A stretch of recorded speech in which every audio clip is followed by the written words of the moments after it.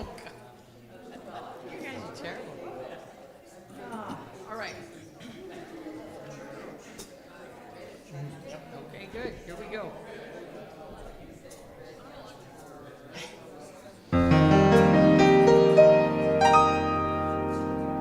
Gonna set it free, let things be, let the thrill of life carry me, 'cause now I know I'm in the flow, I'm finally free, oh blessed be. Gonna set it free, let things be, let the thrill of life carry me, 'cause now I know I'm in the flow, I'm finally free, oh blessed be. Life unfolds with grace and ease, endless possibilities. They're everywhere, they've always been, when I choose to let them in.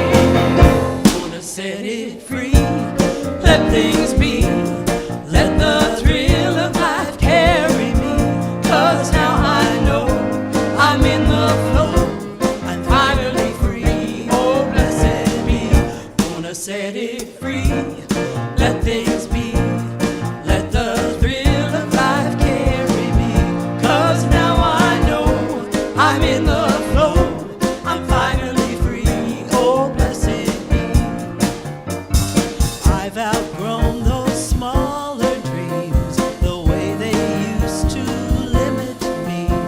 I make the space, invite love in, magic fills my life again. Gonna set it free, let things be, let the thrill of life carry me, 'cause now I know I'm in the flow, I'm finally free, oh blessed be. Going to the instrumental.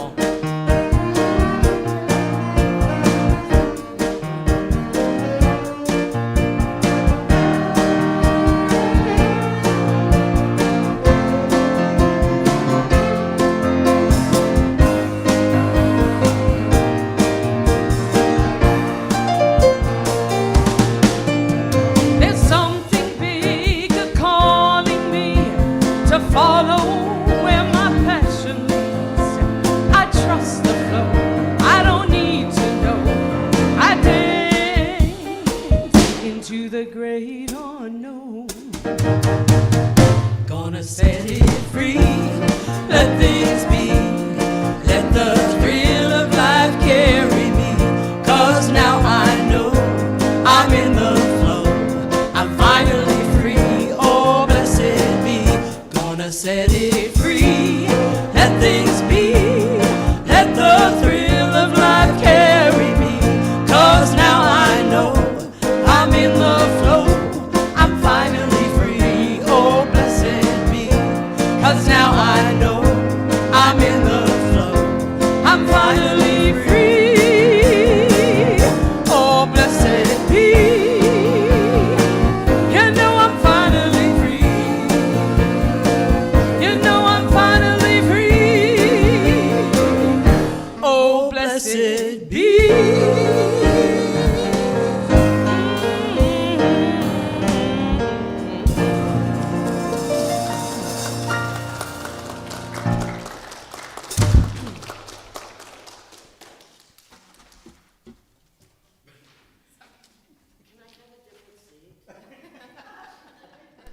Thank you. You guys all give them a really big hand again. Thank you, Sandra, Robert, Nikki, and Chris. You're welcome. It's just a really great song to raise that vibration in the room, and I loved it. Thank you. So, my name is Kimmy Beslow, and I'm here to welcome you to the Unity Center for North Spokane. Our mission is to touch hearts, transform lives through the power of unconditional love and acceptance. We embody a spiritual community that emphasizes personal growth, living consciously, and making a positive difference in the world.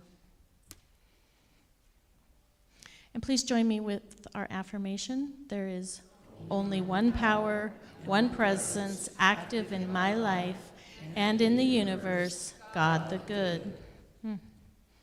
Breathe that in. God the good.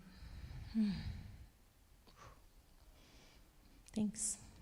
So today, we are going to hear from our spiritual leader, Jeff Tawney. He's going to talk about the Great Awakening. Can't wait to hear more about that.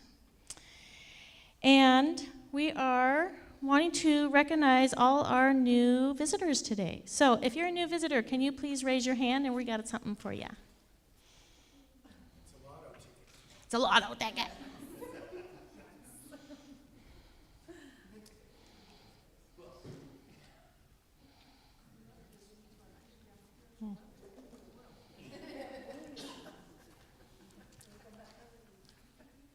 Perfect. Well, welcome. If you have any questions, please just either come see me, Jeff, anybody, ask anybody. We're so glad you're here.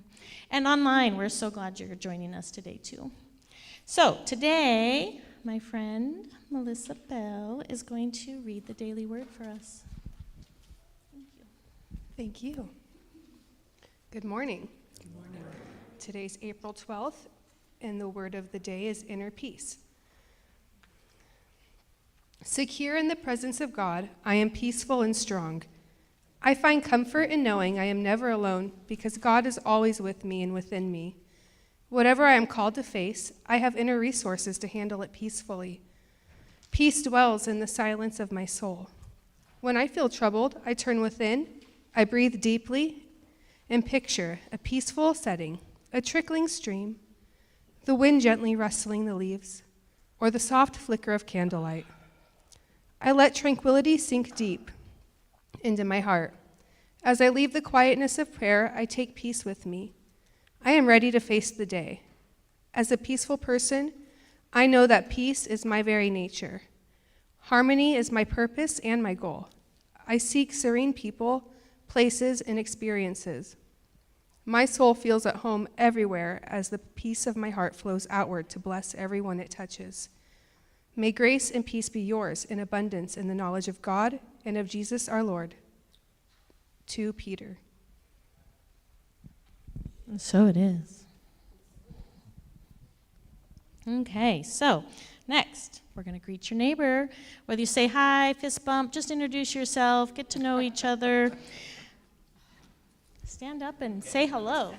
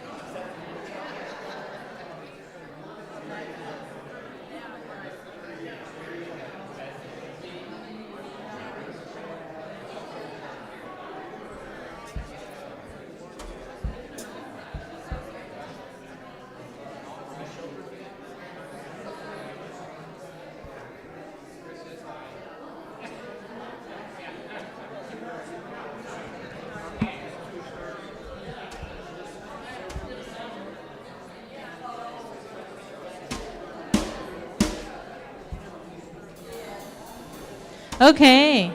You come back to your seats. But I'm going to stay have you standing. because you have to sing now. Yeah. You're going to sing, maybe dance. 3, 4.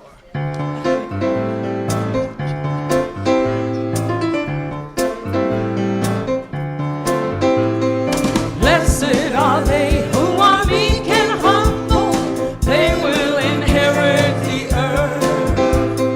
Bless us, O Lord, make us meek and humble. Bless us, O Lord our God. We are the light of the world. May our light shine before all, that they may see the good that we do and give glory to God. Bless those who hunger and thirst for justice, they will be satisfied. Bless us, O Lord, hear our cry for justice. Bless us, O Lord our God. We are the light of the world. May our light shine before all, that they may see the good that we do and give glory to God. Blessed are they who show others mercy, they will know mercy too. Bless us, O Lord, hear our cry for mercy. Bless us, O Lord our God. We are the light of the world. May our light shine before all, that they may see the good that we do and give glory to God. Blessed are they who bring peace among us, they are the children of God. Bless us, O Lord, may your peace be with us. Bless us, O Lord our God. We are the light of the world. May our light shine before all, that they may see the good that we do and give glory to God. And give glory to God. And give glory to God. Blessed are they. Blessed are they. Blessed are they.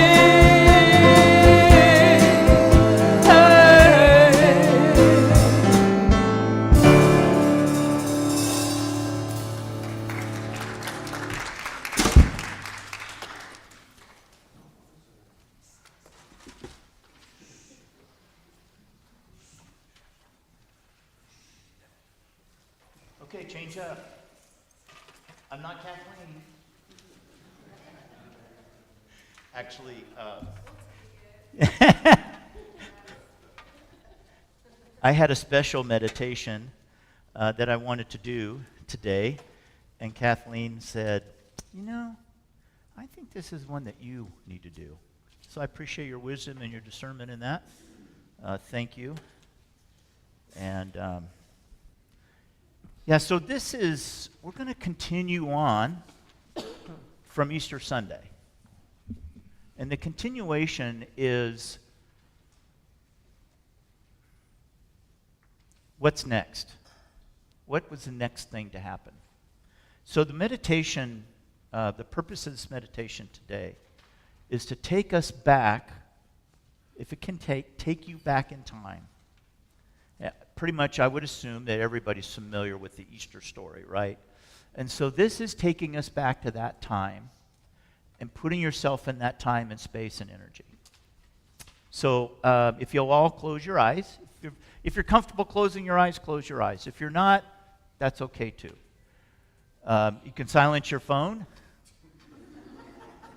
That's helpful.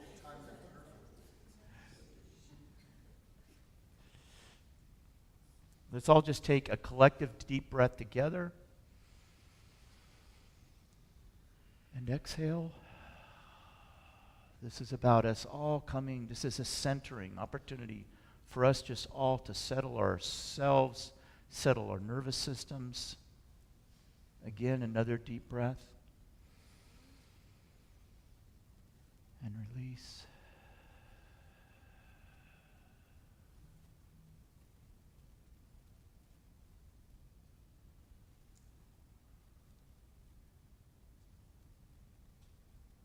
Let's take one more deep breath, breathing in presence and exhaling tension. Presence, tension.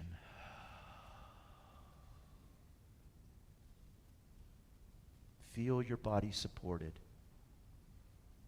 grounded. You are here in this space. Say quietly to yourself, I am willing to be present to this sacred moment within me.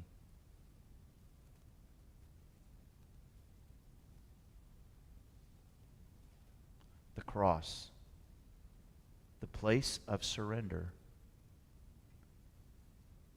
Now in your awareness, imagine a quiet hill. A cross stands not as punishment, but as a symbol. A symbol of letting go.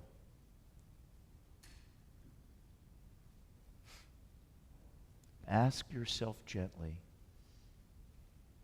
what am I still holding on to? What belief, fear, or identity is ready to be released?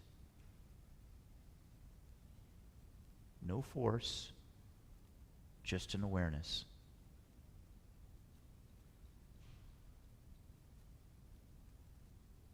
And say this quietly to yourself. Into the presence of love, I release all that no longer serves. Let's take another deep breath in and out.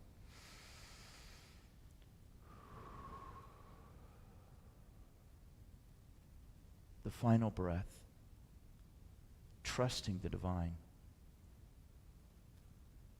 Hear the words, into your hand I commend my spirit. Feel what it is to trust life completely, to let go, not in defeat, but in surrender. Let your breath soften. Let something within you unclench.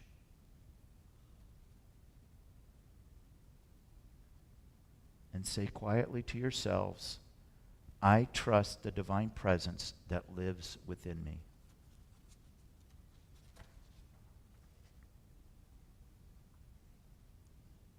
The veil is torn, meaning no separation. Now imagine a great veil, 3 to 4 inches thick, once separating you from the sacred. And suddenly it's torn open, not by effort, but by grace. There is no barrier anymore. Feel into this truth. Nothing stands between you and the divine. There never truly was. And now say quietly to yourself, the presence I seek is the presence I am. Rest in that.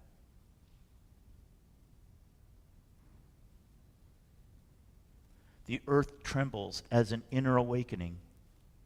Sense the earth shaking, not in fear, but in transformation.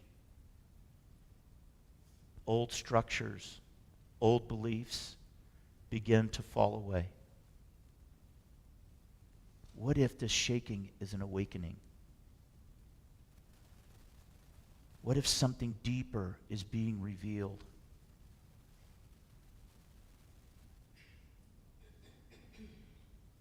Again, I invite you to quietly say to yourself, I allow my old self to be transformed.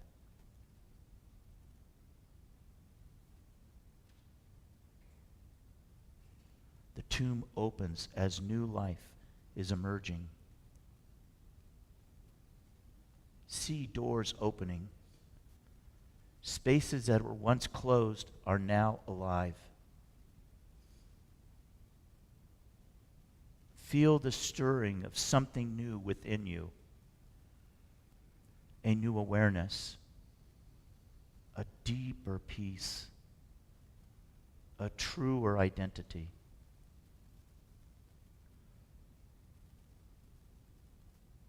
Again, I invite you to say quietly to yourself, I am not bound, I am awakening to life.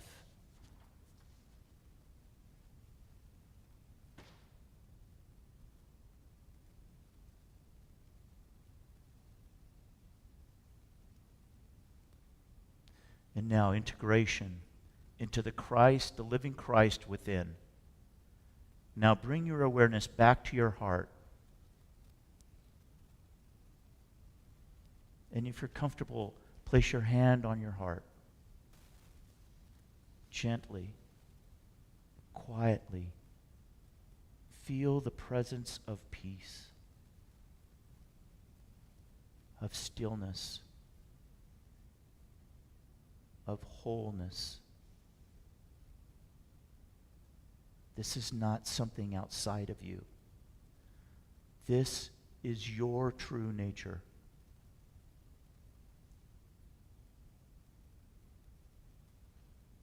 Again, I invite you to say quietly to yourselves, the Christ presence lives in me. I am whole and I am one.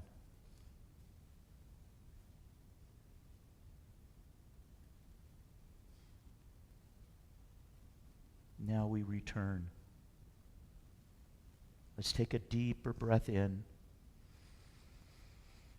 and release. Begin to bring your awareness back to your body, your surroundings. And when you're ready, you can gently open your eyes.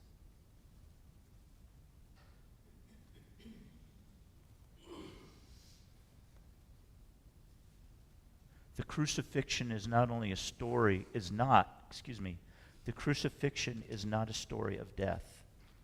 It is a pattern of transformation where surrender leads to awakening, and what we thought was the end becomes the beginning of new life within us. So it is. Oh, I'm going to stay right here, actually.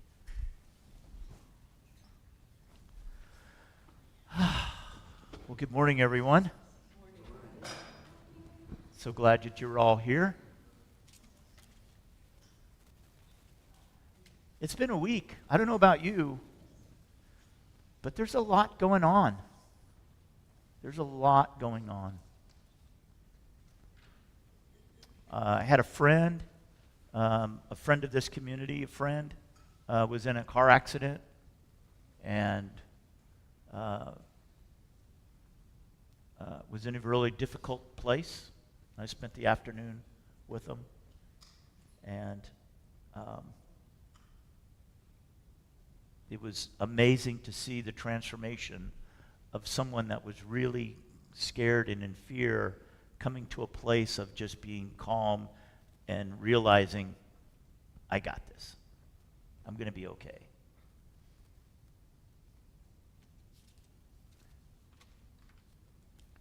So, what I want to do is just kind of go back, as I said earlier, is going back to the beginning or at that moment of transition. At the death of Christ, the scribes record, the story goes, that Jesus cries out, and he dies. The temple curtain, which was the curtain that was installed to separate the sacred from humanity, the man, was torn from top to bottom. And in the research, it shows that that veil was 3 to 4 inches thick. So it was very intentional. There was an earthquake and some cosmic signs. The tombs opened up. And I say tombs because tombs all over opened up and dead were raised. And this was recorded in the book of Matthew. Then there's the declaration of the centurion.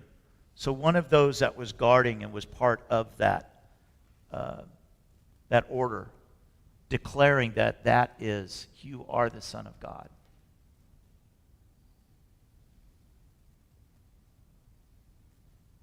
And the witnesses remained.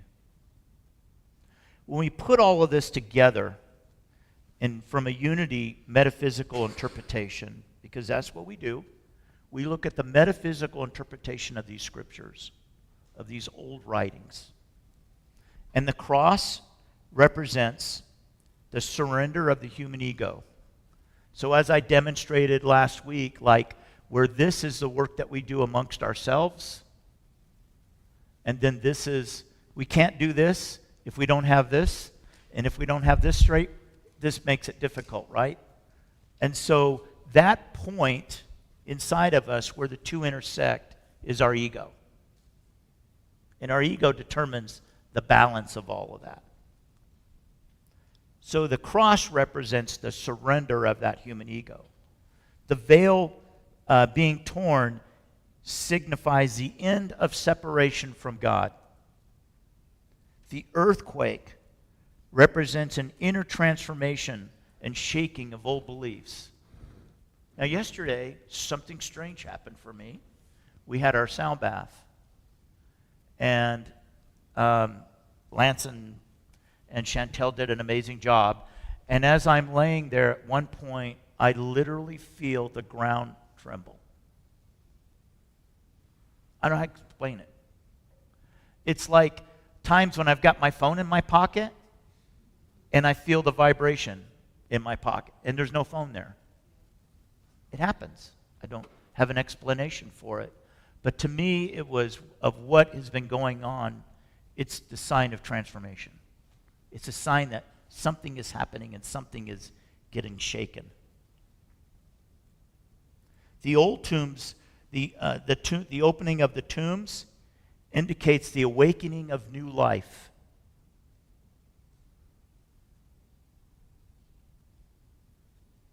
And then the centurion representing someone that was in opposition, that was not part of the tribe or wasn't part of the following of Christ, recognizes the awakening can happen in anyone.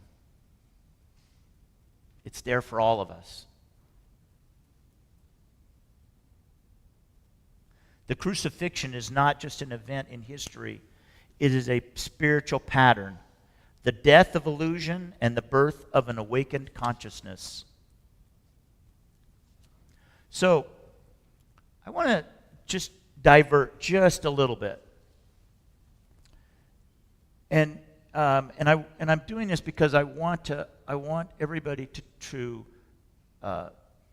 understand what this represented at that moment. Now, truth in all religions have a truth. All religions have been created have a truth. And if you look at what the truth is in those religions, the basis is love. Some form of love. And so, if we were to look at that, there is an architecture to every religion. They all have beliefs. They all have sacred texts and teachings. They all have rituals and practices. They all have moral and ethical guidelines. They all have community or belonging, sacred symbols, spiritual experiences, leadership and structure.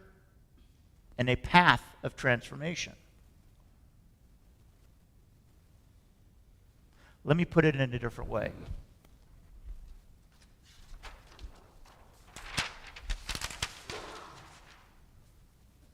This is love. Oh, where's my...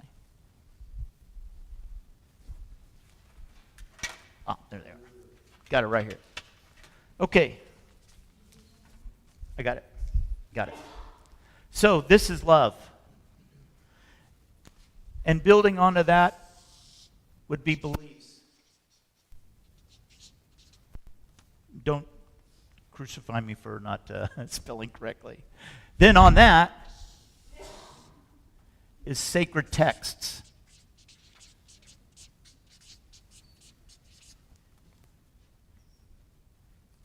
And then on that,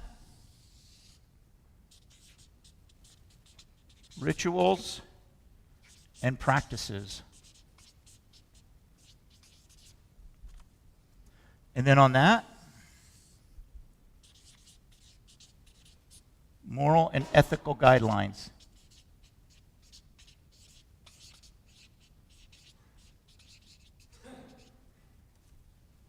And then on that, community. I gotta make my circle smaller here. And then on this, sacred symbols.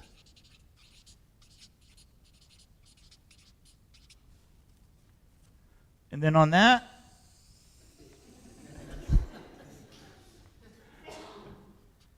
spiritual experiences.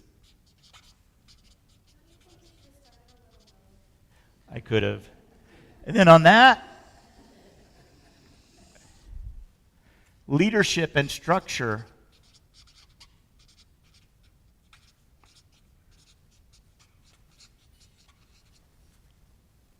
And then on that, a path to transformation.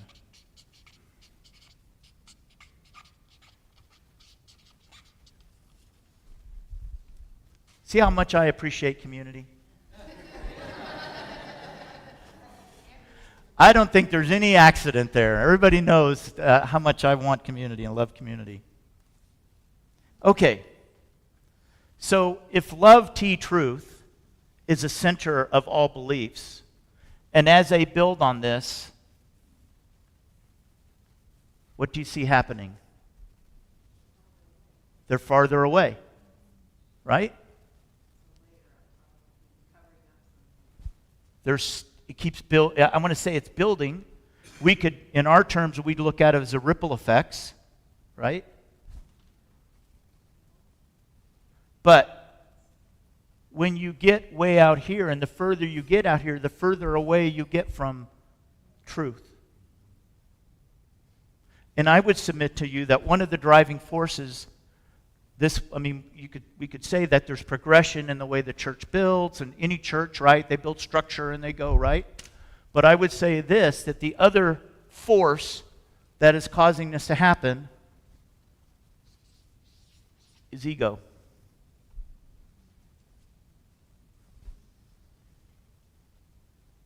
So this moves us away.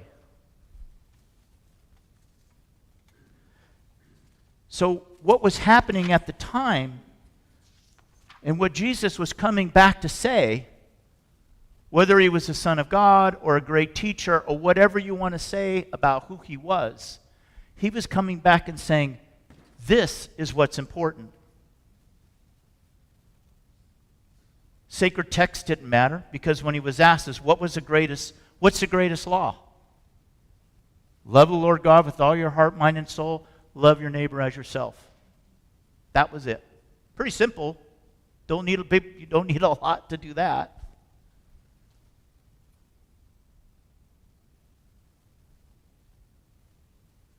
Now, I'm not saying that there's anything wrong with this, because this was all done with good intention. And at one point in time was necessary for people to understand who God was, what God is, and everything. And every religion has some type of structure. And that's okay. But if we want to go deeper, if we want to get down to it's funny, if we want to go deeper, we have to come back to the center. We have to come back to the root of what's really important. Now, I've always found it strange that when Jesus died and was resurrected, who was the first person he appeared to? Mary. Why? Don't you find that strange? No. T-truth. When I was going through my deconstruction of Christianity, my Christian beliefs, not Christianity, but my beliefs, that was always something that came up. Because I came out of Southern Baptist, and Southern Baptist said women couldn't be in leadership. Right? They could teach Sunday school and do those kind of things, but they could not be in the hierarchy or the leadership of the church. But it was interesting. Well, what about Mary? And in the research, so I've been reading the Gospel of Mary Magdalene, the meaning of the Gospel of Mary Magdalene. Now, there's a difference between disciple and apostle. A disciple is someone that is simply a learner or follower of a teacher. There were many disciples, so there was more than just 12, but there was 12 that Jesus chose to be. These are the guys I'm going to invest in. Then an apostle is different than a disciple. An apostle is someone who is sent out with a mission or authority. Jesus specifically chose 12 apostles from his disciples. The word apostle emphasizes that the individual is being commissioned to go and represent. And what did Mary do after Jesus appeared to her? She went to the 12. Well, it was 11 because Judas wasn't there, but she went to the other apostles to tell them what has happened.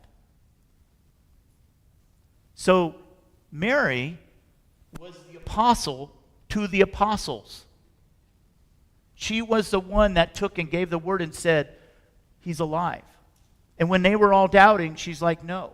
In many cases, the men were getting caught up in, well, who's going to be the greatest? Who's going to sit and who's going to sit on the right? And I don't want to oversimplify, but the women were just there to serve. And the men kind of got caught up in the ego part of things.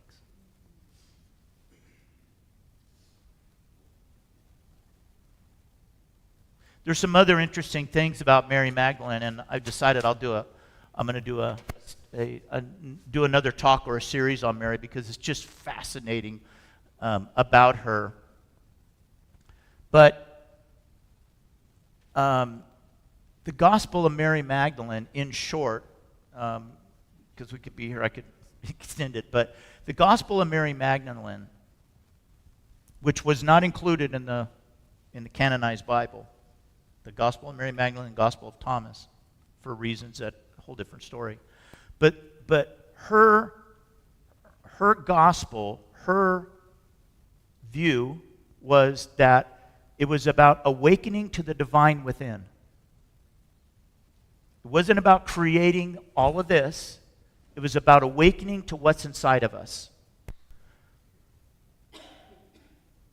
Whereas you get into the church that was created, whether it was a Catholic church, a Protestant church, or whatever, it was more about a relationship with the divine that was beyond. That you had to go to, right? The Gospel of Mary invites us to realize that God is within us. We have never been separated. Traditional Christianity invites us to relate to God beyond us. How do I connect with that God? What do I got to do to connect with that God? Now, there have been some really beautiful, I don't want to throw away that some of the sacred rituals and things that have happened, because last week we actually did a communion service. We had communion as part of our Easter service, and I had a lot of very positive feedback about doing that. It was a blessing to me because it's one thing I've always missed is having that reverent time to connect and feel. And so it's been something that's been on my heart to do. So I was really glad that we did it and resonated with people, and we'll be doing it more often because it does have power. It has representation.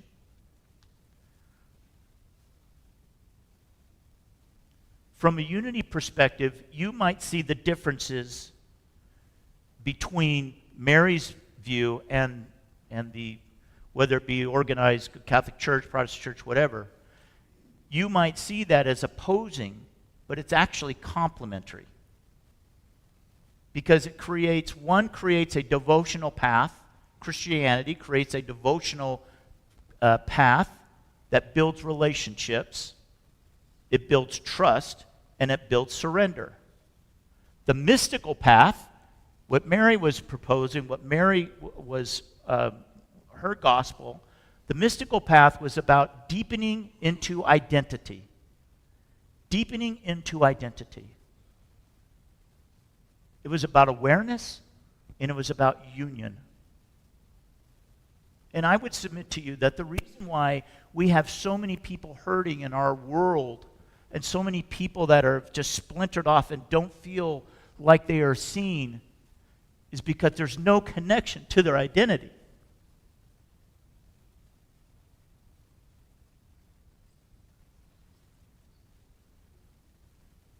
So it's a movement from God out there to God with me, and that God as my being.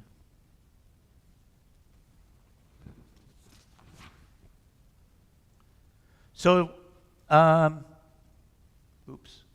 okay. So this is, I'm sorry I got caught up, but this is the Gospel of Mary Magdalene, just real quick. She talked about where is God, what is the problem, the role of Jesus, the authority and access to God. She talks about the path for transformation and the nature of relationship. Again, there's so much there. I promise you I'll do a talk on Mary Magdalene. It's fascinating. Okay, so then there is a history of the Great Awakening. So we see Easter and the resurrection as the Great Awakening. That is the time when the stone is rolled away and we move from over the threshold between darkness into light. There have been a couple of other Great Awakenings, if you do the research on it. The first Great Awakening was in the 1730s and the 1700s. And that Great Awakening was a religious awakening between the American and the British colonies. It emphasized personal relationship with God, not just church ritual. It emphasized emotional, heartfelt faith. It represented or it emphasized equality before God. And the impact of that awakening was challenged. It challenged traditional church authority, and it helped shape the American identity and independence thinking. Then the second Great Awakening was in the 1700s to the 1800s and had a broader revival that spread across the United States. It was focused on personal salvation and moral reform, social movements, abolition, temperance, women's roles, and it led to growth of new denominations and movements. Then the modern spiritual awakening is really what we're in today. That Great Awakening is often used more metaphorically, a collective shift in consciousness, becoming aware of a deeper truth, a unity and divine presence. When we're out here, caught up in this, we have this awakening like, oh, it's more simpler than that. In Unity and New Thought, we frame it as moving from fear to love, moving from separation to oneness, moving from reaction to conscious and compassionate living. In recent years, the phrase has also been used in some political or conspiracy-related contexts to describe a supposed mass awakening to hidden truths. The usage is not historically connected to the original Great Awakenings. It varies widely in meaning and accuracy depending on the source.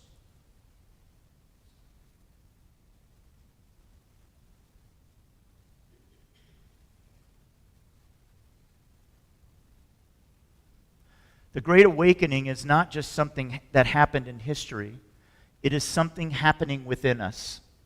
Each moment we choose love over fear, awareness over reaction, and unity over separation, we participate in the awakening of humanity.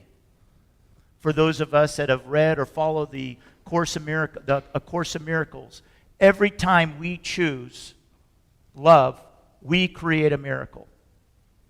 Every time we choose something higher for the higher good, we are creating a miracle. So there's a well-known, Dwayne Broyles is an expert probably in this individual, but Edgar Cayce was known as a sleeping prophet, and he had a lot of prophecies, and I think a lot of you here are familiar with Edgar Cayce. But he had a vision for this time that we're in. And his vision was that we would have periods of upheaval preceding the awakening. There would be a shift in consciousness, and that shift was coming. The earth changes, outer reflection of our inner change. The importance of personal responsibility. The Christ consciousness is awakening. The role of crisis and having a more conscious humanity was awakening. He saw the time and he prophesied about it. We could say that Edgar Cayce suggested that the times of great disruption are also the times of great possibility, that what looks like a breakdown may actually be a preparation for awakening. We had a crisis this morning. Byron's laughing. I'm so glad to see you laughing right now. Because if you'd have been here at about 9:15, 9:30, we had a crisis. We had a computer lock up, and we didn't think that we would be able to stream. So those of you online may not have you may not have saw us today. And there was an opportunity there that we could have pressed into the fear and got real reactionary, or just, okay, this is what it is. Byron and I had a little walk and talk, and I said, Byron, it's okay. Byron takes what he does very personally. He's very proud of what he does, and he took it personally. And I said, Byron, it's okay. It just means we're not supposed to stream today. No big deal. Whatever the reason is. We just choose peace. We choose not to bring that energy into this room. We choose to just let it go. I put my arm around him and I said, you know what? We don't know. We still got time. That computer could just come back on. Well, it didn't quite happen that way, but he tried something that he didn't try, and it worked. And it came back on, and probably 20 minutes before service, he said, it's all back up. Of course it is. It's all part of divine order. I don't know. Maybe if we would have stayed in the tension of all of that, it wouldn't have come back on.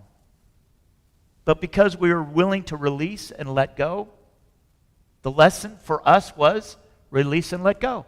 That's the lesson. We learned the lesson, Byron. Right?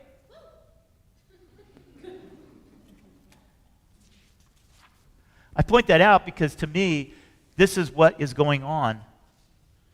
This is evidence of what is going on.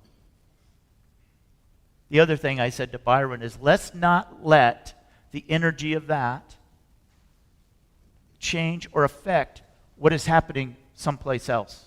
Let's not allow that to enable us to, or create us making a wrong decision on something else. Let's separate it and go to the next. So the big question is this the time? Has this been the time we are waiting for? I'm running long here. The deeper meaning behind the question, the shift from passive to participatory. why this time feels different, the spiritual refrain, the risk of the question, and a more grounded way to hold it.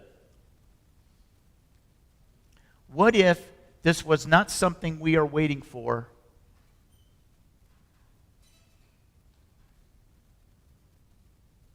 but the level of consciousness that we bring with it? What if this is not something we were waiting for, but something we're being invited into? A place to be.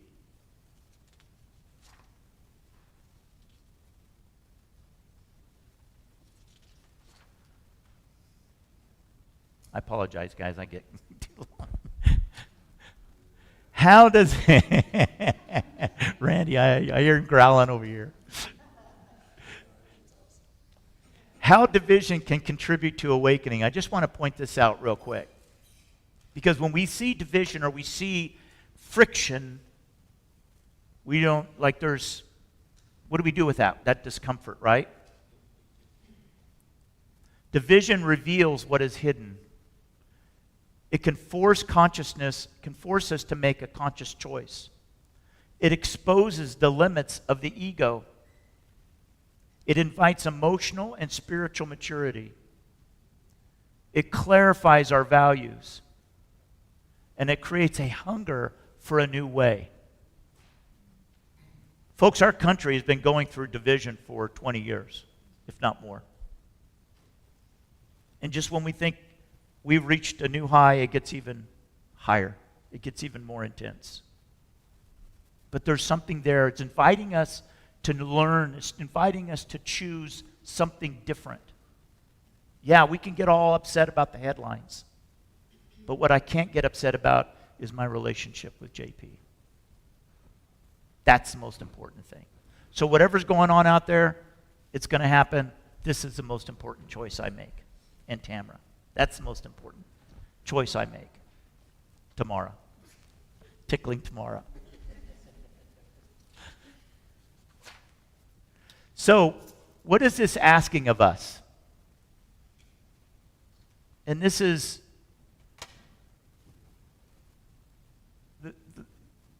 the work and the vision that I have seen for what we have to do, what we have to prepare ourselves for.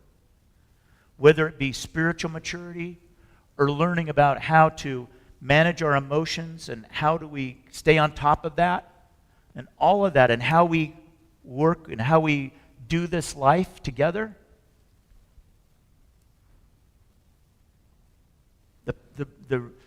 What I see is that is what we need to do in our world and in our community and in our circles. So what is this asking of us? It's asking, can I stay present in uncertainty? Can I stay present in uncertainty? When I don't know what's going on, do I need to pick up the phone and start calling people and start rattling cages? Or can I just sit and rest in that and say, what is happening? Is this happening to me or is this happening for me? Can I regulate my emotions? Can I regulate myself when I'm triggered? Do I have the tools to be able to say, okay. I saw Byron using his tools today because he was mad. He was really upset. But he separated himself from this. He separated himself and he went and sat quietly and breathed. Can I choose love when it's difficult? And can I be a stabilizing presence in a reactive world? That's our challenge. That's our opportunity. That's the awakening in real time.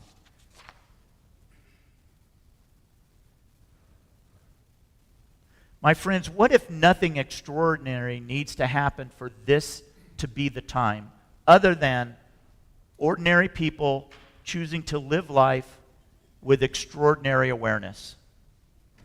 What if this time that we have been waiting for is not marked by events, it is marked by awareness, and that awareness begins here and now with us?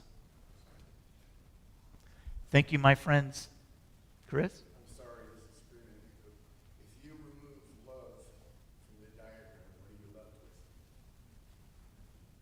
Nothing. Ego. Collapse. Yeah. Mhm.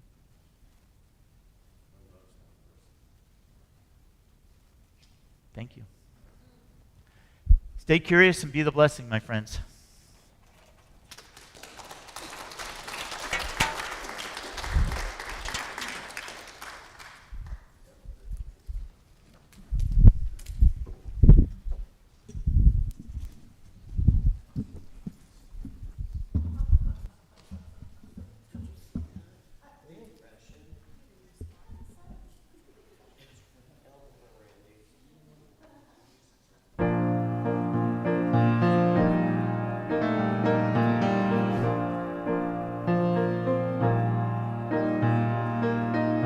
Something long forgotten, painfully lost, unfairly taken.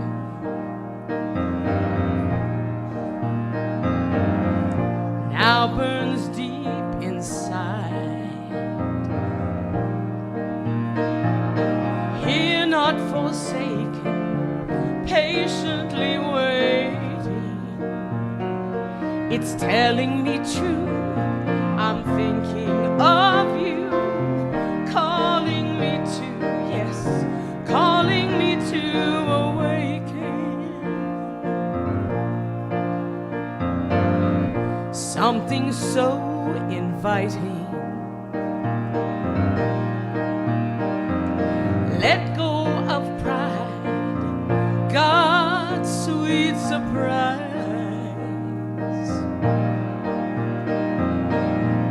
Comes from deep within.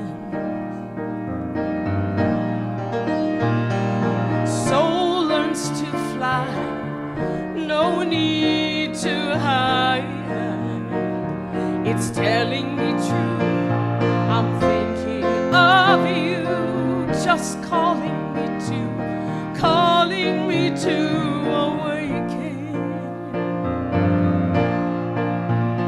And I'm listening to that sound of life, of love, of you. My eyes wide open to your faith, to love, to the truth. When shadows fall today and the walls just fade away, love is calling me and I awaken. Something comes so strong, and it's ever so sweetly. Love comes to greet me.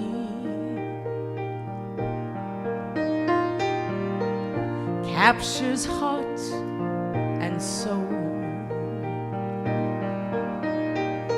Well, I see God brightly, that light within you and me. It's telling me true, I'm thinking of you, calling me to, yes, calling me to awaken. Calling me to, yes, calling me to awaken.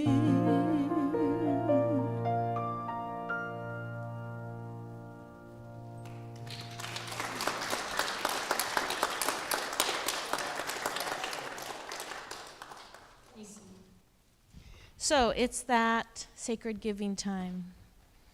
And we have new little cards that Jeff's going to explain to you real quick.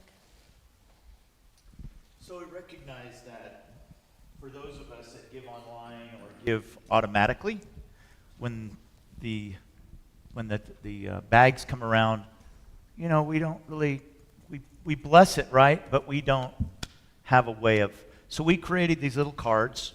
They're in your seat back. On the back of it is also the QR code to our Zephy account. So if you want to scan it and give that way, that's great too. But let this be something where you're here, and if you're giving online or you're giving regularly that way, just pull this up and let that be your show of support into the offering bags. So, I invite you to take your sacred gift or your sacred card and bring it to your heart space. And just know there's always enough for everyone. Know that you are sending this love into the universe, knowing it multiplies beyond our knowledge, beyond our imagination, and it is always giving. And so it is.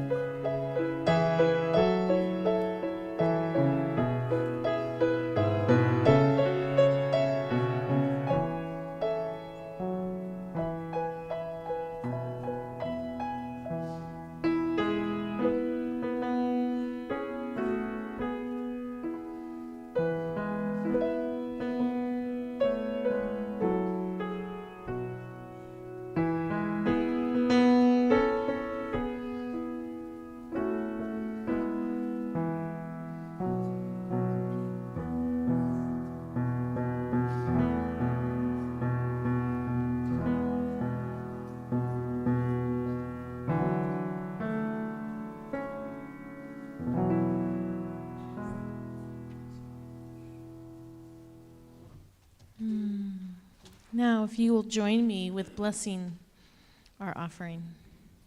Divine love in, through, and as me blesses and multiplies all that I am, all that I have, and all that I give, and all that I receive. And so it is. So, we are taking prayer requests. You can put them in the little box here. Some of you, in the back of your seats, there's some little slips in there along the way as well. They will be prayed upon for 30 days and then sent over to Unity silent unity, and they will pray again for another 30 days for you. So if you need that, it's another option for you. Lots of options.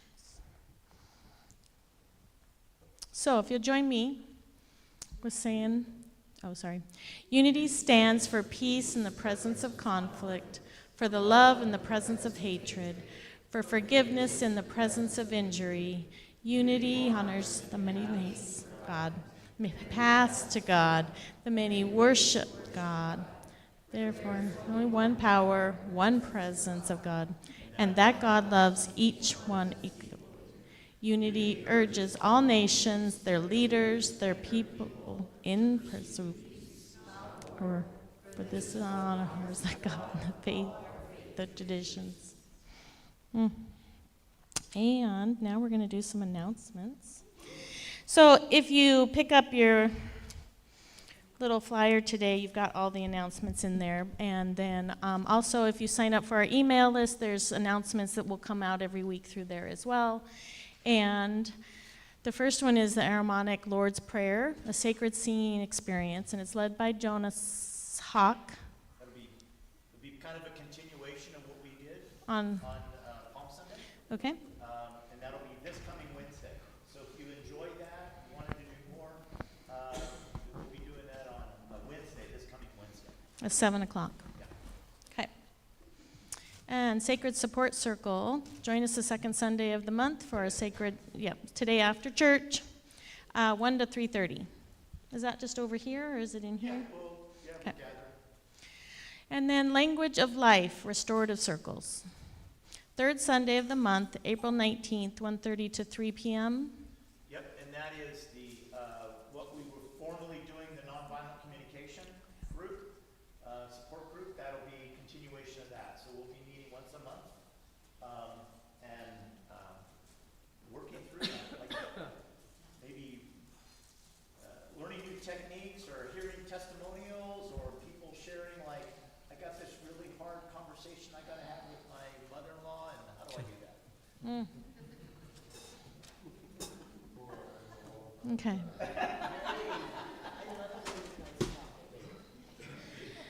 And now Spokane Mahjong Club Game Night. It is now going to be happening here Wednesdays. What's it in the fourth? It's the last Wednesday of every month. Last Wednesday of every month. We'll be meeting here from 5:30 to 8:30. I spent 2 hours learning to play Mahjong on Friday. I loved it. It was so much fun. So I'll be coming to that because it's just a good group of people. And if you've never played, it's fun to play. It's the Gati is leading that. And it's the Filipino version of Mahjong, which is very different than the Chinese and others, which Filipino is much easier. Nice. So, Hey, Kimmy, I have a thank you that I need to extend. Can I do please it right go. here? Yeah.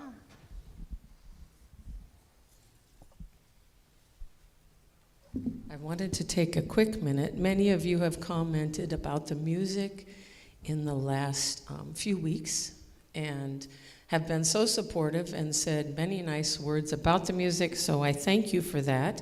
And I want to thank my co-team here, Nikki and Robert and Chris. And I wanted to take this opportunity to thank you because I did want to let you know this will be my last Sunday here at Unity. There are a few people left that knew me when I first started, and it's been a very good run, and we've had a lot of fine moments and special memories. I am so thankful for the opportunity to have shared my talents, made many friends here, and had wonderful moments together, and those are part of a treasure that I will take with me, and I thank you for supporting me as a musician. It's definitely been a bread and butter income, and certainly as musicians, we're always trying to put the ends together. So I appreciate it. Thank you for the hospitality here at the church, and I will play you out. So thank you very much. Sandra, stop. Can we just give her a really big round? We're going to miss her.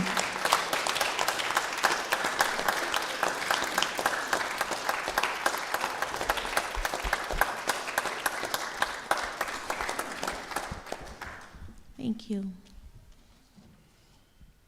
Okay, so we ready? Oh, All yes. right. Kids are coming. Kids, for the kids. Light in the light, we are walking in the light, in the light, in the light. You are walking in the light of God. In the light, in the light, in the light, in the light, in the light, in the light, in the light of God. The others are shy, I think, today. What you got here? Tell me what you did.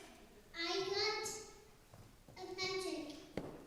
You want to share your picture? You got a basket. You want to hold it up?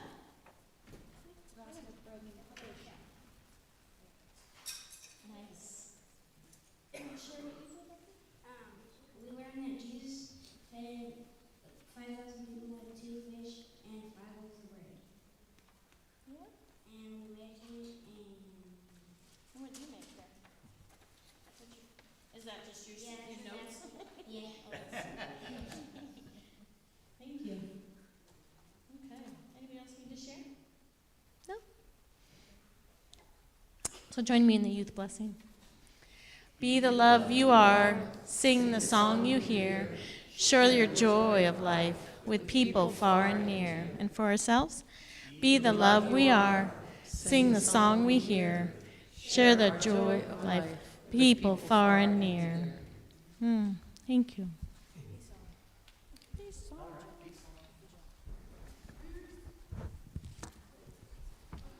Okay. You want to gather around in a circle?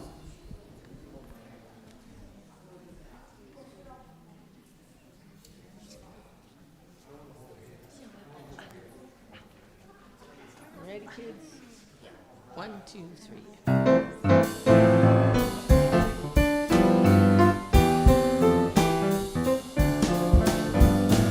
Let there be peace on earth, and let it begin with me. Let there be peace on earth, the peace that was meant to be. With God as creator, family all agree. Let us walk with each other in perfect harmony. Let peace begin with me. Let this be the moment now. With every step I take, let this be my joyous vow.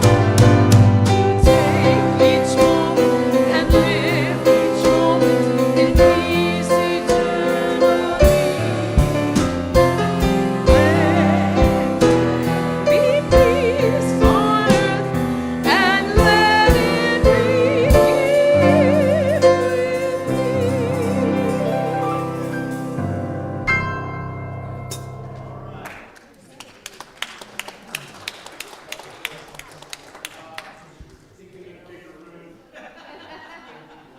Good problem to have. All right. Yeah, it's a good problem to have. All right. Our prayer of protection. The light of God surrounds us. I am the light of God. The love of God enfolds us. I am the love of God. The power of God protects us. I am the power of God. The presence of God watches over us. I am the presence of God. Wherever we are, God is, all is well. And that's the truth. 2, 3, 4.